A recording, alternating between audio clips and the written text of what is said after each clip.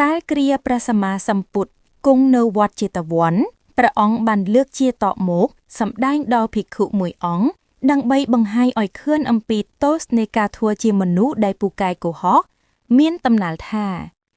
កាលកន្លងទៅតថាគតកើតជាស្ដេចកណ្ដុរម៉ាត់ធំប៉ុនសត្វជ្រូកមានបរិវារជាច្រើននៅគ្រានោះមានចចកមួយក្បាលចូលមកក្នុងបរិវេណដែលស្ដេចកណ្ដុររស់នៅក្នុងបំណងចង់ចាប់កណ្ដុរធ្វើជាអាហារដើម្បីឲ្យងាយស្រួលក្នុងការចាប់កណ្ដុរចចកក៏ធ្វើពុតតាំងខឿនជាសត្វកាន់សិល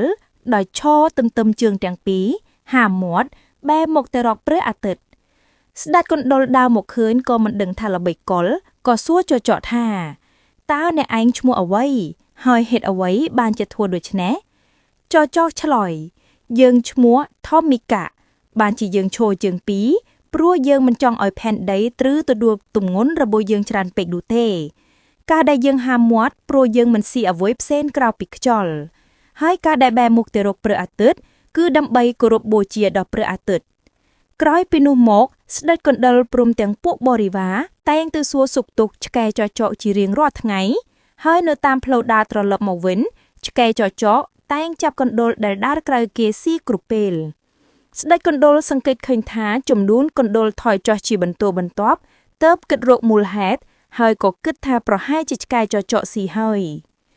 លុះថ្ងៃក្រោយមកស្ដេចកណ្ដុរជាអ្នកដាវនៅក្រោយគេបង្អស់វិញម្ដងឆ្កែចចកមិនដឹងថាជាស្ដេចកណ្ដុរក៏ធ្វើដូចមុនទៀតតែដោយស្ដេចកណ្ដុរប្រុងប្រៀបខ្លួនទុកមុនរួចជាស្រេចហើយក៏បែរទៅខំឆ្កែចចកវិញរហូតដល់ស្លាប់គ្រានោះទៅកាលក្រោយមកឆ្កែចចកកើតជាភិក្ខុពូកែកុហកចំណែកស្ដេចកណ្ដុរគឺអង្គតថាគត